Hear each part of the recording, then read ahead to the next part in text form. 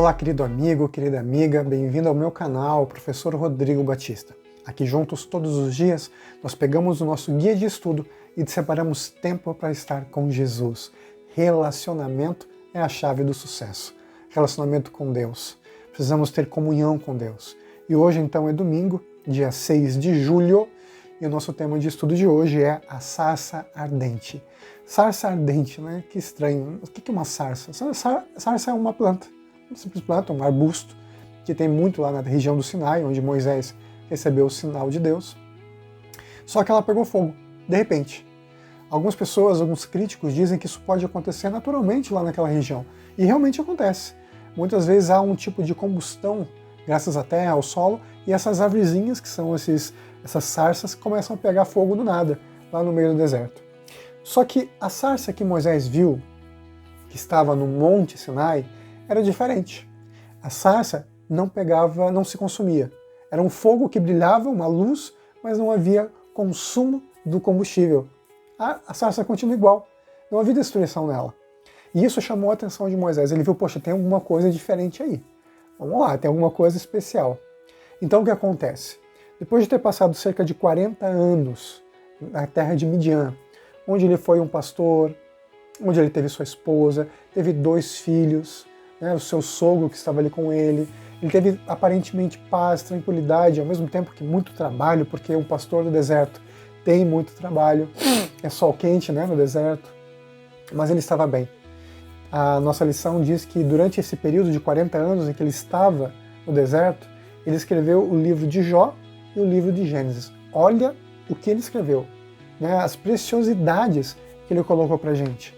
A história de Jó, com todos os ensinamentos de Deus agindo, o inimigo de Deus atacando, como o ser humano se torna um alvo nesse mundo quando escolhe estar ao lado de Jesus, mas como Deus o cerca com suas bênçãos materiais, espirituais, emocionais, como Deus protege com seus anjos e nos dá a prosperidade verdadeira, que é muito maior do que simplesmente dizer que você tem dinheiro na sua conta poupança ou dinheiro aplicado. A bênção de Deus é muito maior do que isso. E a história de Jó mostra exatamente isso. Ele era um bom homem, que tinha propriedades, mas muito mais do que qualquer coisa, ele tinha Deus, que era a maior riqueza da sua vida. E essa história foi escrita por Moisés. E além disso, a base da nossa crença em Deus, o livro do Gênesis, o começo, o princípio, né, onde Deus cria os céus, a terra. Nós conhecemos isso porque está no livro do Gênesis. Era uma tradição oral que era passada de pai para filho, mas com certeza não chegaria até nós hoje, se não fosse Deus ter usado Moisés através do Espírito Santo para nos revelar a história do começo, os nossos princípios. Você e eu não fomos criados como através da evolução. Nós não somos macacos evoluídos ou símios evoluídos. Nós somos feitura de Deus, a sua imagem e a sua semelhança. Os nossos irmãos judeus dizem que a imagem e semelhança aqui no livro do Gênesis tem a ver com caráter, princípios, mais uma questão emocional, né, filosófica, não física de Deus.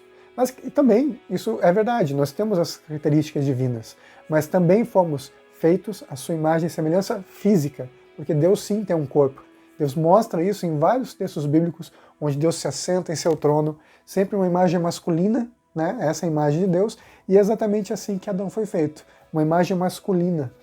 E Adão completo, ele foi feito então essa imagem de Deus. Deus então faz Eva do seu lado, e agora Adão e Eva são juntos a imagem de Deus. Adão, ele só é verdadeiramente a imagem de Deus quando está com Eva, e Eva só é verdadeiramente a imagem de Deus quando está com Adão. Juntos, eles são a imagem de Deus. E tantas outras histórias que vêm pra gente, Noé, a criação, a história de Sodoma e Gomorra, tudo o que acontece pra gente, principalmente os 11 primeiros capítulos do Gênesis, são a base para a gente entender o plano de salvação de Deus. A própria ideia de Jesus vir por nós, o inimigo feri-lo, está lá em Gênesis. Nós temos que acreditar na veracidade e literalidade do texto bíblico. Muitas pessoas criaram uma coisa chamada de crítica textual. Você pega a Bíblia, você tira tudo o que é miraculoso, o que era mirabolante, sinais, Deus, o próprio Deus é retirado e fica só com a história. Aí você pode levar a sério. É isso que é dito na academia, principalmente na teologia, falando sobre o livro da Palavra de Deus, os livros, né, da Bíblia. mas eu quero dizer para você que isso é bobagem, é besteira. Eu posso dizer para você que esses textos são a mensagem de Deus. E por que eu posso dizer isso? Porque eu tenho um relacionamento com Jesus. Eu conheço Jesus. E Ele tem se mostrado para mim a todos os dias. E esse livro, e a história, já que eu sou professor de história, me mostra isso. Como Deus tem trabalhado. A arqueologia, a história, sempre tem mostrado a veracidade do texto e do livro sagrado. Você pode confiar, você pode acreditar em Deus, porque Ele é um Deus verdadeiro, um Deus que não mente. E tudo que é apresentado para a gente no livro do Gênesis, Êxodo, Levítico, Números, Deuteronômio, tudo é uma revelação do amor de Deus, da ação de Deus para nos resgatar, para nos trazer de volta à sua presença. A lição de hoje pede para que a gente leia... Desculpe, eu estou um pouco com coriza, um pouco resfriado. Vamos lá. Vamos ler então Êxodo capítulo 3, a partir do verso 1, e que fala do chamado de Moisés. Vamos lá então. Apacentava Moisés o rebanho de Jetro, seu sogro, sacerdote de Midian, e, levando o rebanho para o lado ocidental do deserto, chegou ao monte de Deus, a Horebe, que também é o monte Sinai. Apareceu-lhe o anjo do Senhor, numa chama de fogo, no meio de uma sarça.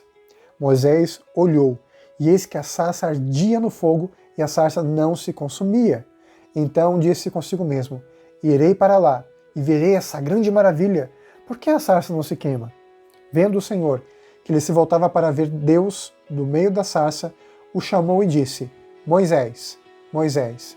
Ele respondeu: eis-me aqui. Deus continuou: não te chegues para cá.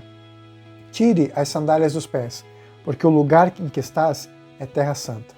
Disse mais: eu sou o Deus de teu pai, o Deus de Abraão, o Deus de Isaque, o Deus de Jacó. Moisés escondeu o rosto porque temeu olhar para Deus.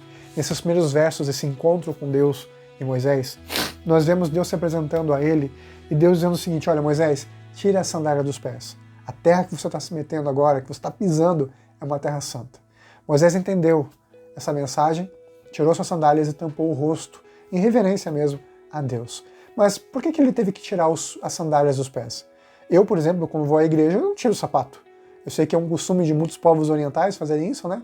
De irem até os templos. Nossos irmãos islâmicos fazem isso, tiram a sandália, vão até o templo, as mesquitas e oram a Deus. Por que nós não fazemos isso? Veja, meu querido amigo e minha querida amiga, além de ser uma questão cultural, tem uma outra lição que nos é apresentada aqui, nesses primeiros versos.